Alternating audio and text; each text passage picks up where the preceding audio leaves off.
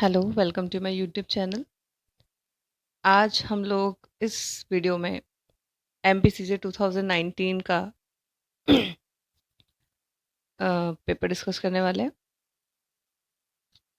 ये 23 of February 2019 को conduct हुआ था और ये फर्स्ट शिफ्ट का पेपर है। मैं इसका पर्पस बता देती हूँ कि हम लोग इसको क्यों डिस्कस कर रहे हैं या इसको रिकॉर्ड क्यों किया। तो मेरे हिसाब से किसी भी एग्ज़ाम के प्रिपरेशन के लिए फर्स्ट प्रायर ये है कि आप उसके पैटर्न को जानें, उसके एग्ज़ाम स्टैंडर्ड को जानें, आप ये जानें कि पेपर में क्वेश्चंस आते कैसे हैं। अगर आप एमपी सिविल जज एस्पिरेंट हैं और आप चाहते हैं कि एमपी जुडिशरी में आप एक डेजिग्नेटेड जॉब पा सकें या जुडिशरी में सिविल जज के लिए आप ट्राई कर रहे हैं, तो आपको ये वीडियो ज़रूर देखना चाहिए। हम कोशिश करेंगे कि हम सारे क्वेश्चंस अच्छे से डिस्कस कर सकें। तो शुरू करते हैं। सबसे पहला सेक्शन इसमें दिया हुआ है भारतीय संविधान का। एक्चुअली में इसमें जो दिए हुए हैं इसमें बाइफरगेटेड दिए हुए हैं, लेकिन क्वेश्चन पेपर में ऐसे क्वेश्चंस नहीं आते। क्वेश्चन पेपर में क्वेश्चन रैंडमली आते हैं, सब्जेक्ट वाइज नहीं आते। तो आप इसको देख के ये ना सोचें कि क्वेश्चंस पेपर में ऐसे ही आते हैं। अगर आप नए हैं और अभी आपने प्रिपरेशन शुरू की और आप चाहते हैं, तो मैं आपको इसीलिए क्लियर कर रही हूँ यहाँ पे कि क्वेश्चन पेपर में क्वेश्चंस रैंडमली आते हैं। यहाँ पर लेकिन सब्जेक्ट वाइज दिए हुए हैं तो हम वैसे ही डिस्कस करेंगे। सबसे पहले भारतीय संविधान के प्रश्न दिए हुए हैं। मैं प्रश्नों के साथ आपको उनके ऑप्शंस भी पढ़ के बताऊंगी ताकि आपको ये पता चल सके कि प्रश्नों के साथ साथ ऑप्शंस कितने क्लोज आ रहे हैं और सिर्फ ब्रीफ स्टडी से काम नहीं चलने वाला है। मोटिव ये है हमारा इसको डिस्कस करने के लिए। तो सबसे पहले स्टार्ट करते हैं। संविधान के आज हम 10 प्रश्न इसमें डिस्कस करेंगे। पहला प्रश्न है, भारतीय संविधान के किस अनुच्छेद में राष्ट्रपति को क्षमादान करने का अधिकार एवं कतिपय मामलों में सजा को समाप्त करने, निलंबित करने, कम करने का अधिकार है? तो पहला ऑप्शन है अनुच्छेद 71, दूसरा है 72, दूसरा है 72, तीसरा है अनुच्छेद 58, चौथा है अनुच्छेद 74। तो इसका सही उत्तर है अनुच्छेद 72। भारतीय संविधान के अनुच्छेद 72 में राष्ट्रपति की क्षमादान करने की शक्ति बताई गई है। दूसरा प्रश्न है, भारत का संविधान भारत के राष्ट्रपति के चुनाव के विवाद का निराकरण कौन करता है? मतलब अगर भारत के राष्ट्रपति के चुनाव में कोई विवाद उत्पन्न हो तो उसको निराकृत कौन करेगा? तो पहला ऑप्शन है चुनाव आयोग, दूसरा है भारत का मुख्य न्यायाधीश, तीसरा है संसद और चौथा है सर्वोच्च न्यायालय। तो इसका सही उत्तर है ऑप्शन 4 सर्वोच्च न्यायालय। तीसरा प्रश्न है, भारत के संविधान के किस संशोधन द्वारा मूल कर्तव्यों के प्रावधान को अंतर्स्थापित किया गया या वो अंतर्स्थापित हुआ?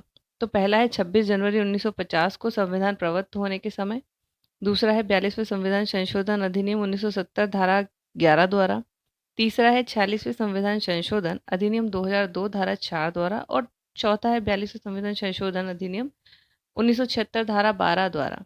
तो इसका सही उत्तर है 42वां संविधान संशोधन अधिनियम 1976 धारा 11 द्वारा।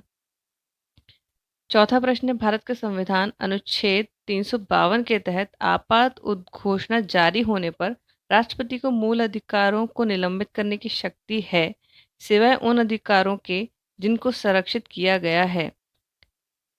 पहला ऑप्शन है अनुच्छेद 19 व 20, दूसरा ऑप्शन है अनुच्छेद 20 और 21, तीसरा ऑप्शन है अनुच्छेद 21 और 22, चौथा है अनुच्छेद 19, 20 और 21। तो इसका सही उत्तर है अनुच्छेद 20 व 21।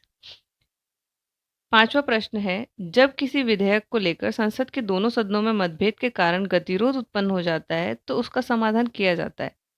पहला ऑप्शन है दोनों सदनों की संयुक्त बैठक द्वारा, दूसरा है राष्ट्रपति द्वारा, तीसरा है प्रधानमंत्री द्वारा और चौथा है विशेष समिति द्वारा।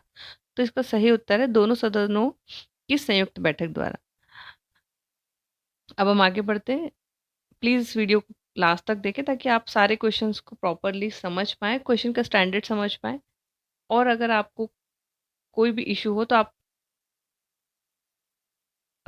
मुझे बता सकते हैं या आप कमेंट बॉक्स में लिख सकते हैं, तो मैं और करेक्ट करने की कोशिश करूँगी। या अगर आपको ये दोनों लैंग्वेज में चाहिए, आप चाहते हैं कि मैं इंग्लिश में भी इसको रिकॉर्ड करूँ, तो आप कमेंट बॉक्स में डाल सकते हैं। अब क्वेश्चन नंबर 6 है, निम्न में से किसका प्रकरण संविधान संशोधन से संबंधित नहीं है? तो यहाँ पर 4 ऑप्शन है। पहला है शंकर प्रसाद सिंह देवी विरुद्ध भारत संघ, दूसरा है सज्जन सिंह विरुद्ध राजस्थान राज्य, तीसरा है गोलकनाथ विरुद्ध पंजाब राज्य, चौथा है मेनका गांधी विरुद्ध भारत संघ। इसका सही उत्तर है मेनका गांधी विरुद्ध भारत संघ। फिर अगला प्रश्न है, भारत का संविधान माल और सेवा कर परिषद की उसकी बैठक में गणपूर्ति परिषद के कुल सदस्यों के कितने सदस्यों से मिलकर होगा?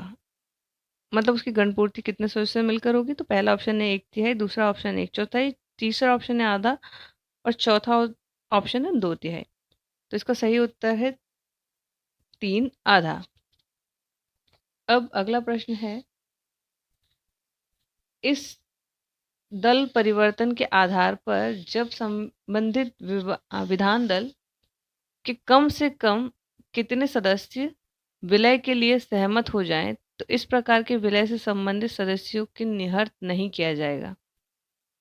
तो इसका पहला ऑप्शन है 1/4, दूसरा है 1/3, तीसरा है आधा और चौथा है 2/3। तो इसका सही उत्तर है 2/3।